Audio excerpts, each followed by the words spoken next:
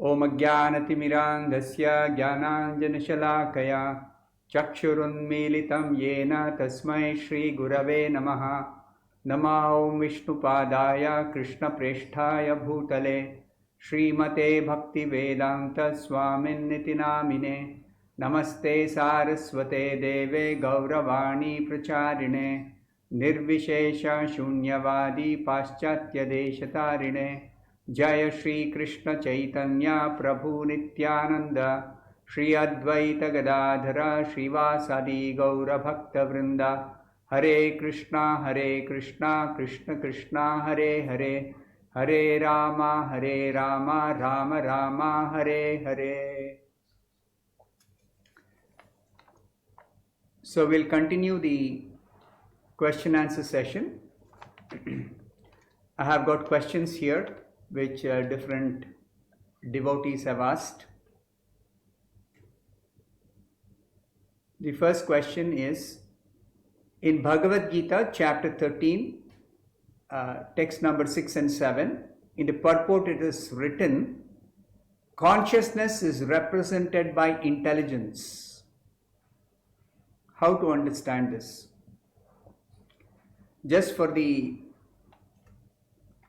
understanding of the others about the question itself, in the 13th chapter of the Bhagavad Gita, the subject matter is about the body as a field of activity and the soul inside the body as the knower of the field, and the Supreme Lord who is seated as Super Soul or Paramatma is the super knower of all bodies.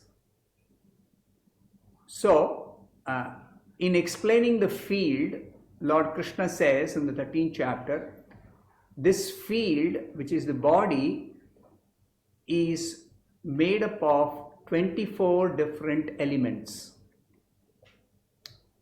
And one of the elements is intelligence. Just like we have got this gross body made up of 5 elements, earth, water, fire, air and ether. We got a subtle body made up of mind, intelligence and false ego.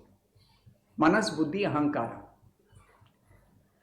So, but the soul is actually conscious, and soul has consciousness, both. I am spirit soul, so I am aware or I am conscious. I am conscious of my body. I am conscious of my surroundings through my senses.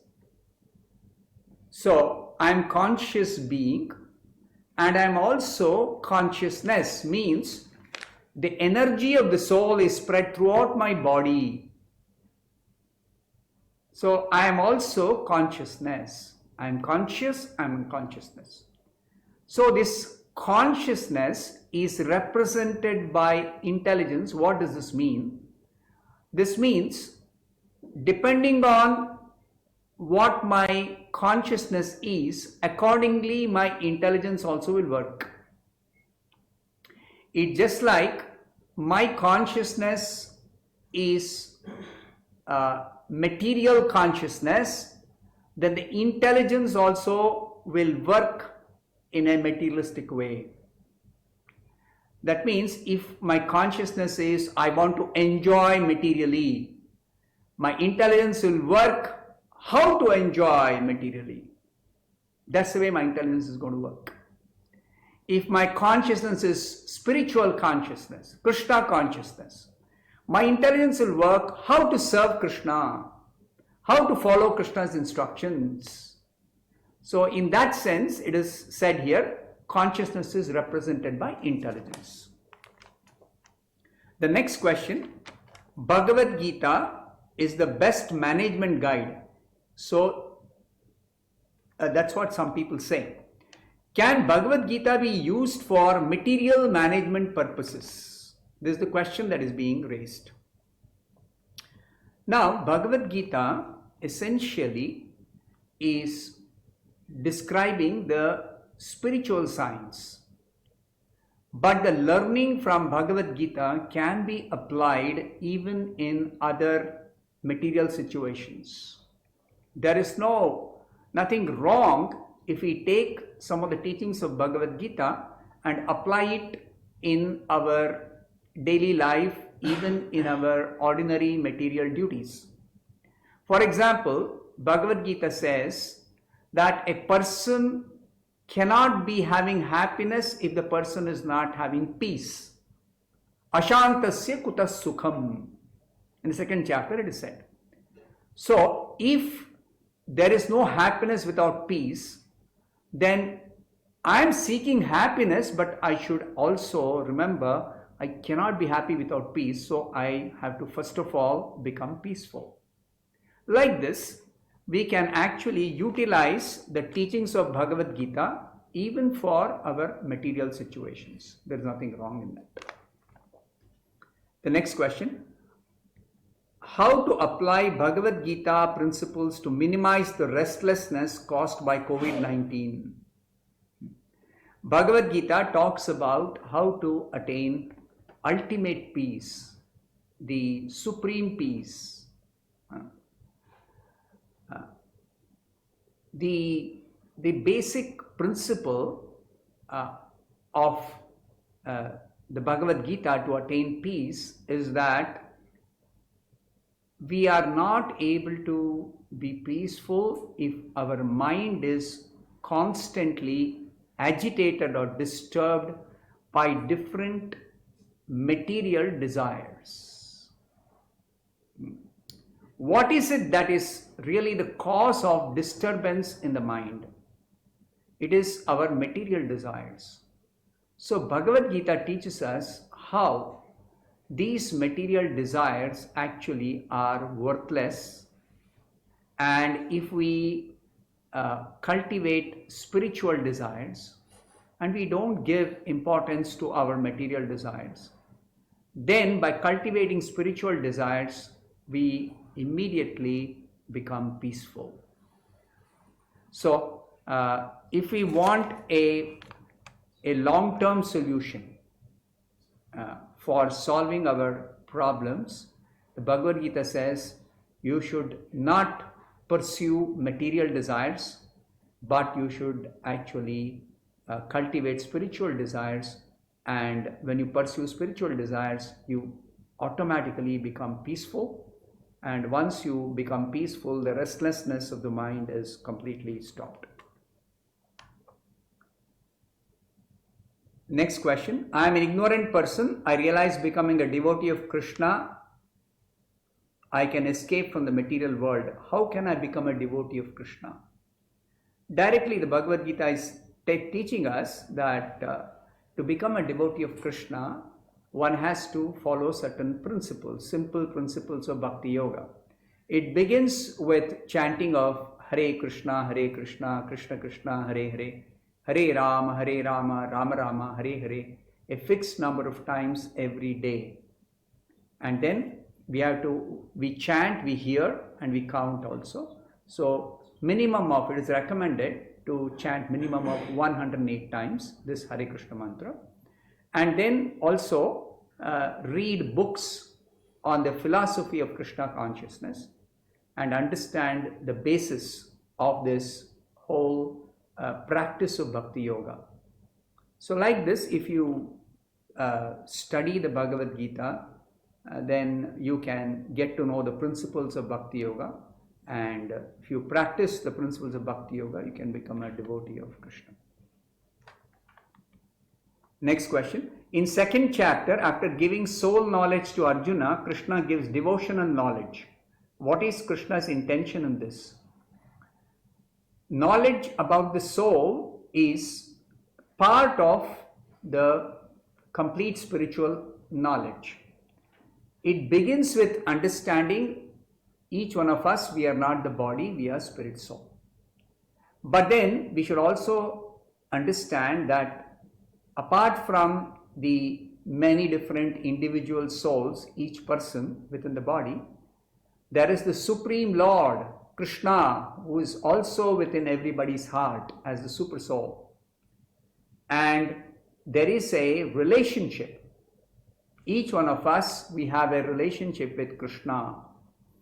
So, devotional knowledge means understanding that I am related to Krishna, each one of us. I means each one of us, we are related to Krishna, and to revive that lost relationship with Krishna is the goal of life. And to do that, Krishna has given us the knowledge about this devotional service or Bhakti-Yoga. So that's why Bhakti-Yoga begins with understanding I am not this body, I am spirit soul. So therefore, first Krishna gives this knowledge about the soul. Then afterwards he describes the knowledge of the super soul. Then he describes the relationship. And that is what Bhakti-Yoga is all about. Next question. Krishna has instructed us to fix our mind on him and remain non-judgmental. This is in chapter 12, Bhakti-Yoga. Can we explain this bhakti to intellectuals and youngsters who doubt existence of God? Yes, we can discuss the subject matter of bhakti with intellectuals, with youngsters. Yes, it is. Now, when it is said here, somebody who doubts the existence of God, can we discuss about bhakti? First of all, we have to explain to them that somebody may have some conception of God which is according to some misunderstanding. Everybody has some conception. Even if they say there is no God, something they are thinking is God which they think is not correct.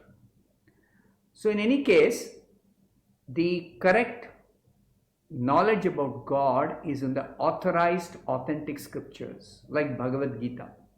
Now even Bhagavad Gita, unless you read or study a authorized translation, you will not get the correct understanding.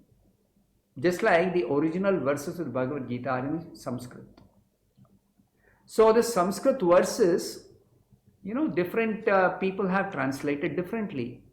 But this Bhagavad Gita, written by the founder Acharya of ISKCON, His Divine Grace A.C. Bhaktivedanta Swami Prabhupada, is based on what is called as Parampara understanding. Prabhupada is not giving his own personal opinion or personal viewpoint. Prabhupada is teaching us or translating based on the knowledge that is handed down since the beginning of creation, beginning from Krishna himself, the original speaker of the Bhagavad Gita. So what Krishna explained to Arjuna, that understanding is coming down from guru to disciple in what is called as a disciplic succession. Guru Shishya Parampara in Sanskrit. In English we say the spiritual master and disciple coming in a chain of disciplic succession. And that is explained by Krishna in the 4th chapter itself. This knowledge has to be received in that disciplic succession. Then only one can properly understand the subject matter. So Prabhupada has presented the understanding perfectly as it is received in the disciplic succession. So this is the most authoritative, authorized, authentic Bhagavad Gita translation. Otherwise, there are so many other translations which people have done according to their own viewpoint, their understanding, their interpretation. No. This standard knowledge is not subject to anybody's interpretation. It is not subject to anybody's opinion. Just like you go to a college to study physics. It doesn't matter which college you go because there is a standard understanding of physics which is there all over the world, and whichever college you go, they will teach you the standard understanding. Newton's law is Newton's law, whichever college you study. It cannot be changed from college to college or textbook to textbook. It cannot change. Similarly, the Bhagavad Gita explains who is God. It's a very definite understanding who is God, what are the characteristics of God, what is the way to identify God, What is the way to know God? What is the way to understand God? It's very, very standard, clear, perfect, proper understanding. One understanding. There is no question of two understandings or multiple understandings about God. No. So therefore you have to study, you have to read, you have to get this knowledge from the proper source, that is the Bhagavad Gita translated by Srila Prabhupada, the founder Acharya of ISKCON. And Prabhupada's translation into English has been further translated into many different languages, all other languages. So anybody reads this, or the discussion is based on what is explained here, that's a standard, a proper, authentic explanation. Then the question of doubt about existence of God will all vanish. And it can be discussed with intellectuals, it can be discussed with youngsters, it can be discussed with anybody. Next question. Why must one read Bhagavad Gita before reading Srimad-Bhagavatam? Bhagavad Gita gives us the foundation for understanding the spiritual subject matter which is discussed in Srimad-Bhagavatam at an advanced level. It's just like before somebody studies advanced calculus in mathematics, they have to know arithmetic, they have to know algebra, they have to know trigonometry. Without all this understanding, they cannot directly go to calculus. Similarly, Srimad-Bhagavatam is an advanced subject matter, spiritual subject matter. Bhagavad Gita gives the foundation. Therefore, it is recommended that one study Bhagavad Gita and then study Srimad-Bhagavatam. Next question. Choice of devotional service can be due to pious activities of one's previous life. Can it also be due to the fate of a person? So two different questions. Is devotional service due to one's previous pious activities in the past life? Devotional service is not based on anything material. Due to my past pious activities, I may be having some good birth or some good amount of money or good amount of knowledge, material knowledge, intelligence, etc. But bhakti is independent of all these past pious activities.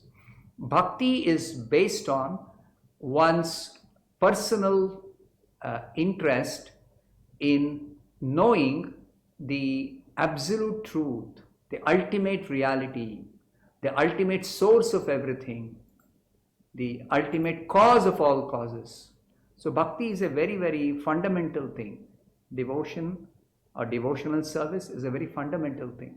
So until one is inquisitive about knowing who am I, what is this world, where have I come from, these fundamental questions, when they are raised and one seeks proper answers to these fundamental questions, until then bhakti cannot begin. So bhakti begins irrespective of one's past pious activities or whatever. Can bhakti be due to fate of a person? No, never. Bhakti is never due to fate.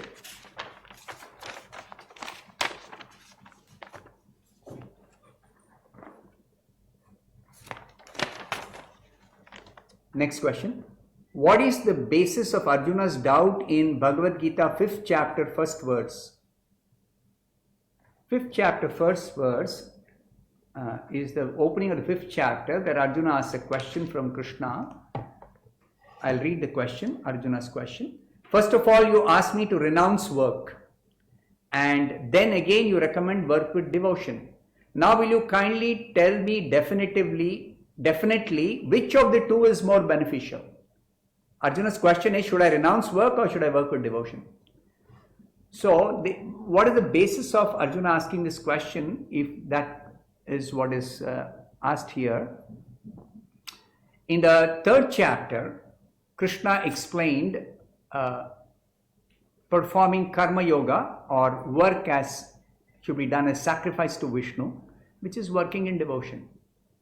Now in the 4th chapter, Krishna described transcendental knowledge based on which one gives up all material activities as unnecessary, because in transcendental knowledge one understands there are three kinds of activities. There is activity which is performed in accordance with the scriptural injunctions, according to directions of scriptures, which are called pious activities, and there are sinful activities which are violation of the scriptural injunctions, which are against the scriptures or the laws of karma.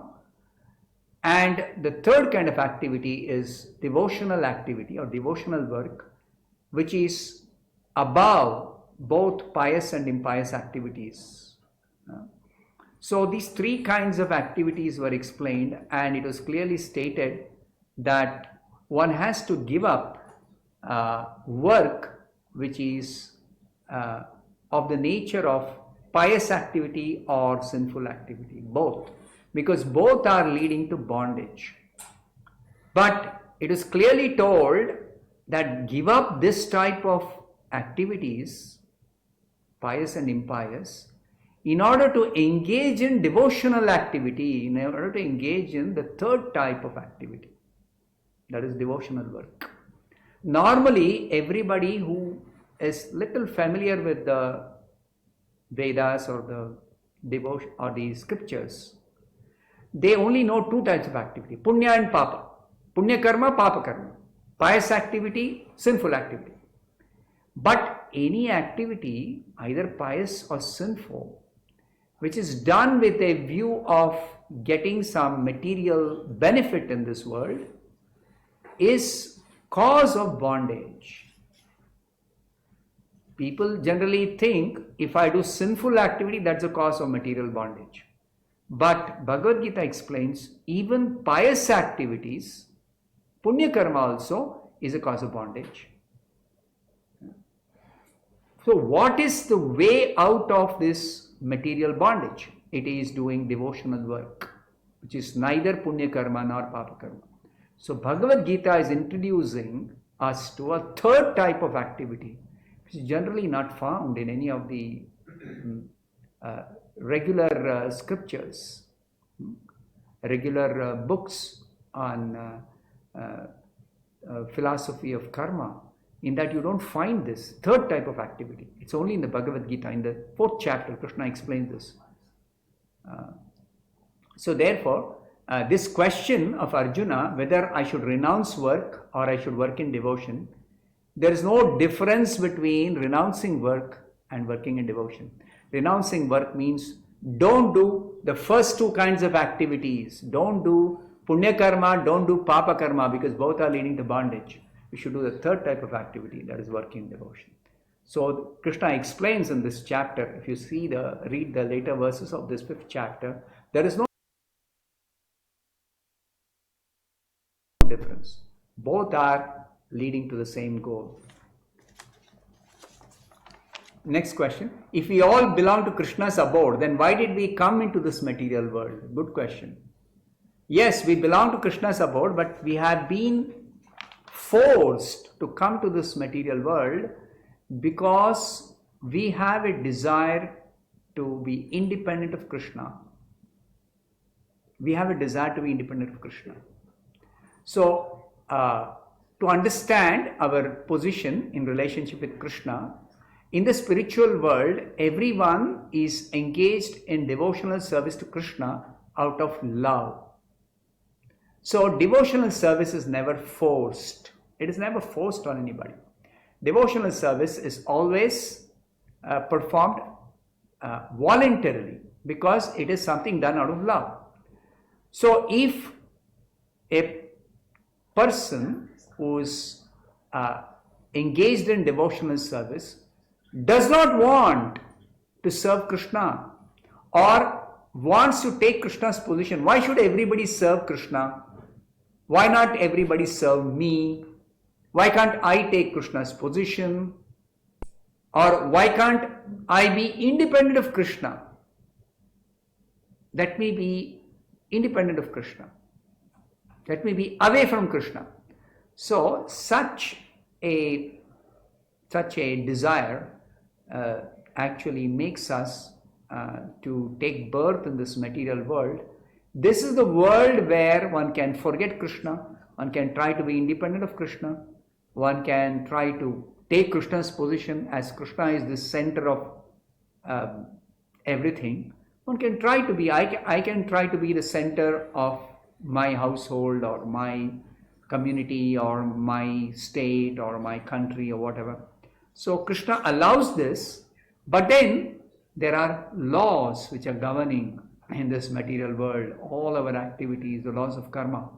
And the laws of karma are simply binding us to the cycle of birth and death.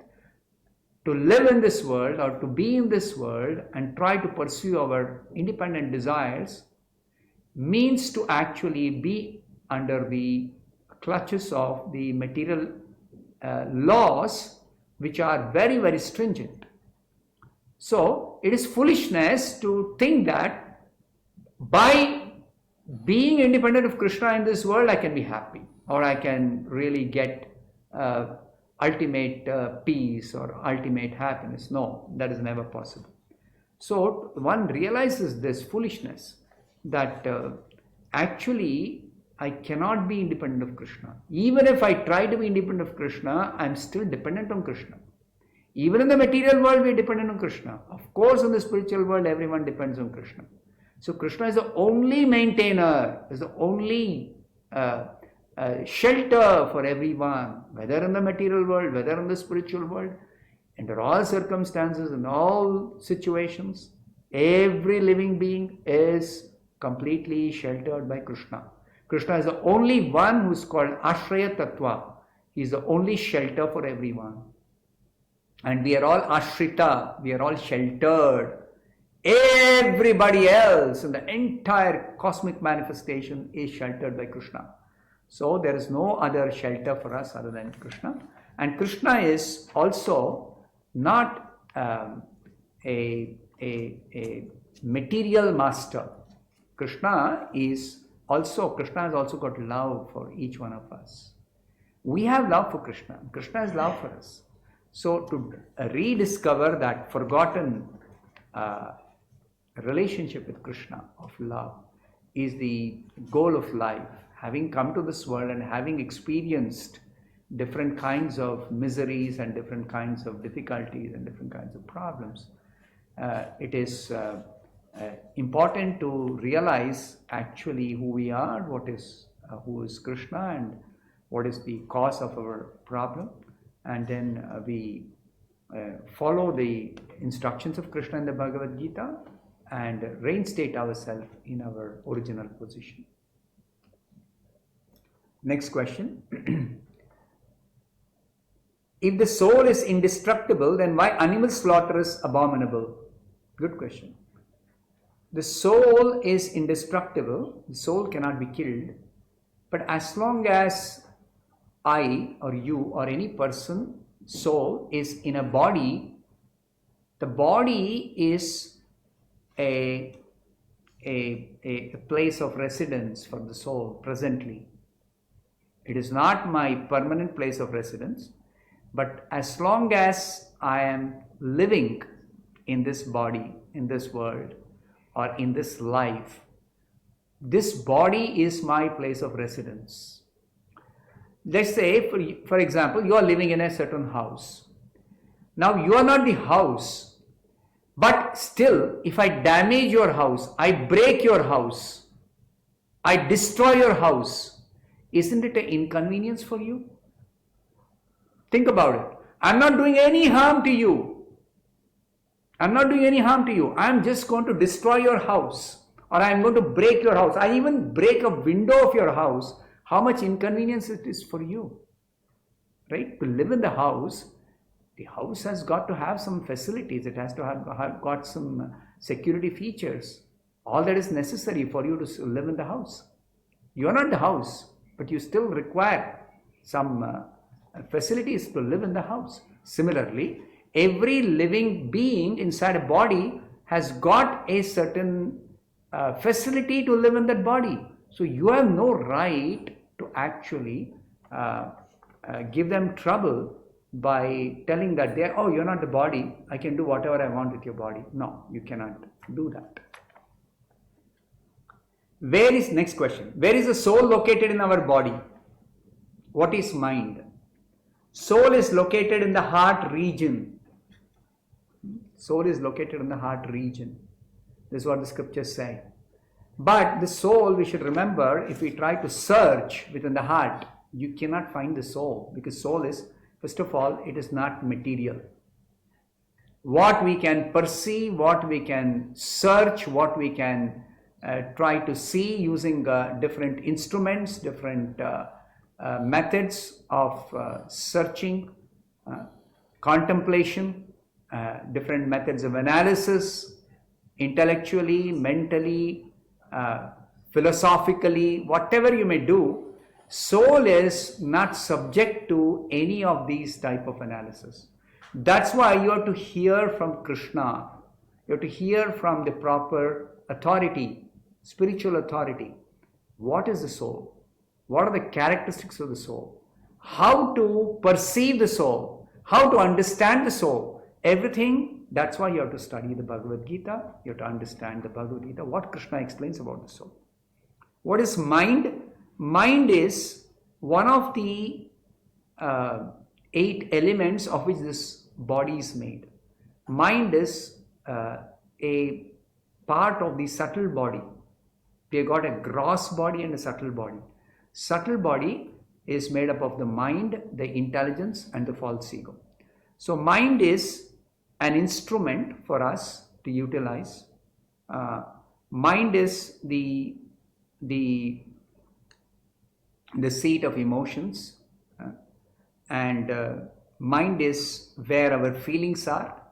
So we cannot again see the mind. We can perceive the mind. We cannot see the mind. We cannot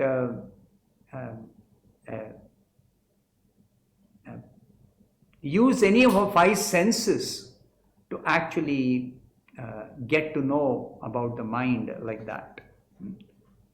None of our 5 senses are useful for that. So we have to only understand, because everyone says, oh, my mind is very disturbed, or my mind is very peaceful. So everybody is able to understand, yes, everyone has got a mind, but that mind is subtle, so it is not a subject matter for perception by the 5 senses or anything like that. Next question. How does chanting differ from other devotional services? Why more stress is given to chanting? Chanting is one of the methods of doing devotional service. As described in the Bhagavatam, there are 9 different methods of doing devotional service. Shravanam, Kirtanam, Smaranam, Padasevanam, Archanam, Vandanam, Dasyam, Sakyam, Atmanivedanam. So these are 9 different ways of doing devotional service, of which the first 2, Shravanam, Kirtanam, hearing and chanting, are the most fundamental methods of doing devotional service. They are also very, very easy, practical. Just like first you hear about the Hare Krishna mantra, and then you chant, you repeat, you vibrate your tongue and say Hare Krishna, Krishna Krishna, Hare Hare, Hare Rama, Rama Rama, Hare Hare. So you chant, but before you chant, you should have heard. Then only you can chant. So you hear, you learn the Hare Krishna mantra, then you chant. So then you chant and hear, chant and hear, chant and hear. So chanting and hearing is the most most fundamental method of doing devotional service. Why stress is given to chanting? Because it is the recommended effective process for practicing bhakti, especially in this Kali Yuga. In Kali Yuga, the scriptures are telling that chanting and hearing the holy name of Krishna is the most effective way of self-realization. So therefore, chanting is given stress.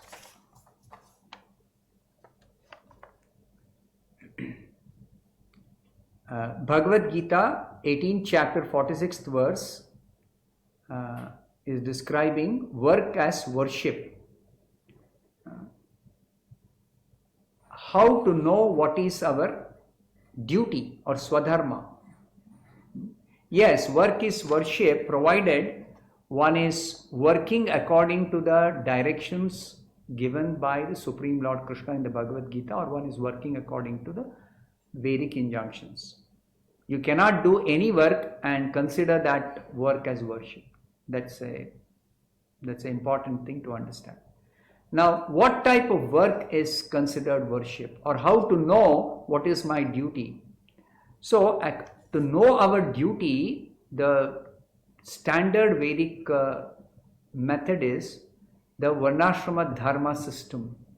In the Varnashrama Dharma system, the entire society is divided into 4 occupational divisions and 4 spiritual divisions. 4 occupational divisions are Brahmana, Kshatriya, Vaishya, Shudra. The intellectual class, the martial class, the mercantile class, and the laborer class.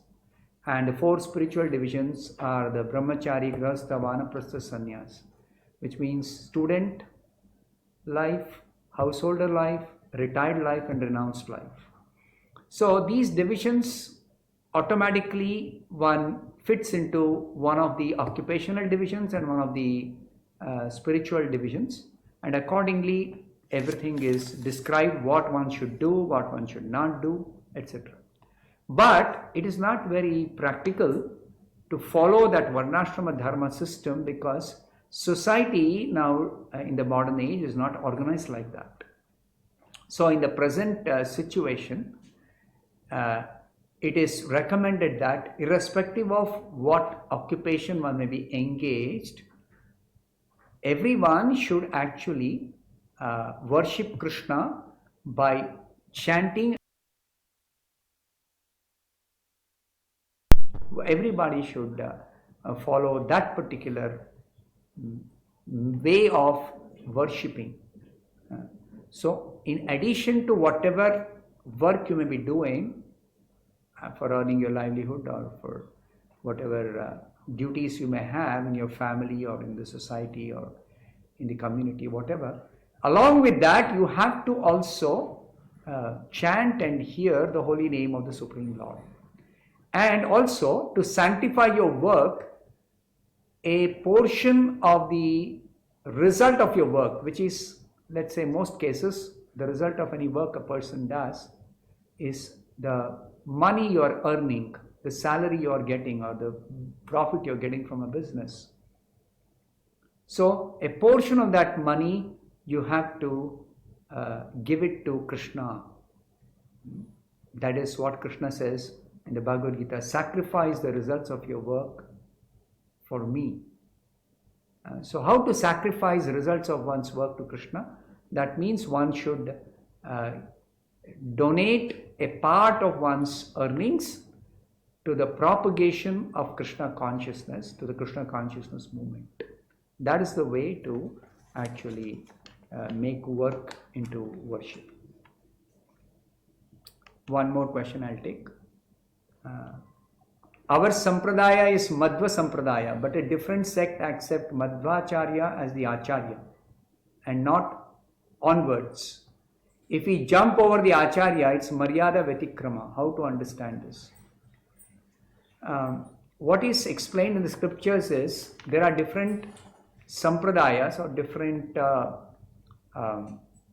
disciplic successions coming from Krishna originally. So, Madhva Sampradaya is accepting the lineage coming from Krishna through Madhvacharya, and we are also in the Madhva Sampradaya in the sense that after Madhvacharya there have been many other Acharyas, so we accept the line that is coming from Madhvacharya through Chaitanya Mahaprabhu. That's called the Madhva Gaudiya Sampradaya. So we accept the current Acharya, Srila Prabhupada, as the representative of this disciplic succession starting from Krishna, Brahma, Madhvacharya, Chaitanya Mahaprabhu, down like that.